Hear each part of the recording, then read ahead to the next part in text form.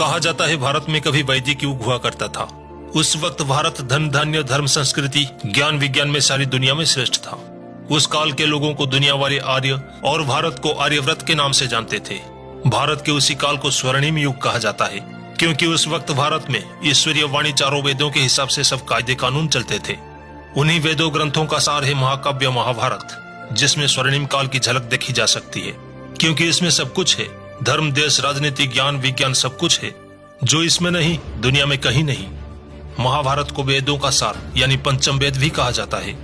महाभारत एक ऐसा पाठ है जो हमें जीवन जीने का श्रेष्ठ मार्ग दिखाता है। महाभारत को पढ़ने से बहुत अच्छी शिक्षा मिलती है। ऐसे ही कुछ दावे महाभारत को लेकर किए जाते हैं। किसी भी देश समाज और उसकी संस्कृति का जो चरित्र होता है, उसका आधार उस समाज का महापुरुष होते हैं। चाहे ये महापुरुष सामाजिक राजनीतिक या किसी भी धार्मिक कहानी के काल्पनिक चरित्र ही क्यों ना हो, इन्हीं के व्यवहार से उस काल के चरित्र का पता चलता है। इन्हीं के कार्यों इन्हीं के प्रेरणा से आगे समाज का निर्माण होता है। तो क्या वाकई महाभारत में धर्म देश राजनीतिक ज्ञान विज्ञान और चरित्र का झलक देखने को मिलता है? डर के मारे आंखें बंद करने से अंधे धृतराष्ट्र का जन्म लेना, भय के मारे पीला पड़ने से पीले अग्रस पांडु का जन्म लेना और दासी के समर्पित भाव से समागम करने से नीतिवान विदुर के जन्म लेने की कहानी आप सभी को पता है।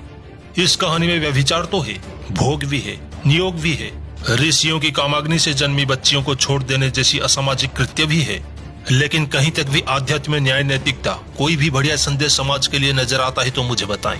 ये तो ग्रंथों के ऋषियों का हाल है। इस कहानी में एक भी पात्र आपको आदर्श नहीं मिलेंगे। हम इस कहानी के किस पात्र को आदर्श कहें? राजा शांतनु को, जो गंगा के प्रेम में इतना अंधा हुआ कि नवजातों को कत्ल होते देखता रहा, जिस पर इतनी कामुकता चढ़ी थी।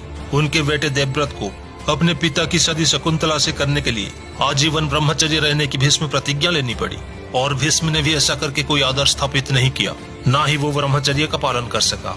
उस ब्रह्मचर्य के बारे में आप क्या कहेंगे, जो 3-3 लड़कियों को उठा लाता है, वो भी तब जब उनकी शादी हो रही थी।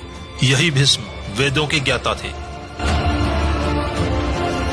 जब द्रौपदी का चीरहरण हो रहा था, तब द्रौपदी भीष्म के सामने गिड़गिड़ाती हुई कहती है, आप कुछ बोलते क्यों नहीं पितामह? वेदों के ज्ञाता और महायोद्धा भीष्म ही थे, जो कहते हैं मैंने कौरवों का नमक खाया है। रोती बिलखती द्रौपदी फिर से पूछती है, हे पितामह, इतना तो बताएं, क्या उस पुरुष को अपनी पत्नी को जुए में दांव पर लगाने की कोई अधिकार है, जो खुद जुए में हार चुका है? तब भीष्म कहते हैं, उसे अधिकार है, यानी एक दास की पत्नी उसकी गुलाम उसकी दासी है। जिसका दास उसका पति है, वो उसके पत्नी के साथ कुछ भी करे। ये चाटुकारिता, गुलामी, अज्ञानता, अनैतिकता की पराकाष्ठा नहीं तो क्या है? आर्यव्रत के वीरों, गुरुओं, ऋषियों और राजाओं के सामने एक रजस्वला स्त्री का चीरहरण होता है। बलिष्ठ बलवान सब देखते रहते हैं। क्या जुए की मर्यादा एक औरत की मर्यादा से ज्यादा होती है, जो धर्मराज को भी गर्दन झुकाए बैठे रहने को मजबूर कर देती है? और कहा जाता है ये कहानी है पुरुषार्थ की। क्या यही संदेश अतीत और वर्तमान में भारतीय नारी के उत्पीड़न का जिम्मेदार नहीं है? किसे आदर्श कहें? स्वयं जिनका नाम धर्मराज है और वो अपनी पत्नी को एक वस्तु की तरह जुए में दांव पर लगा देता है। युद्ध भूमि में अश्वत्थामा के मारे जाने की झूठी खबर फैलाता है। हमारे जैसा कोई इन किताबों पर सवाल करे तो आपको अपमान लगता है। ऐसे व्यक्ति को धर्मराज कहना धर्म का अपमान क्यों नहीं लगता? महाभारत में एक भी पात्र आदर्श नहीं मिलेंगे। जब भगवान ही कदम कदम पर छल करते हो तो बाकियों का क्या कहेंगे?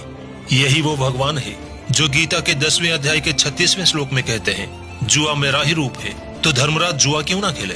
अपने परिवार के लोगों को राज्य के लिए कत्ल कर देना, ऐसे स्वार्थ काल को स्वर्णिम काल कैसे कहा जा सकता है?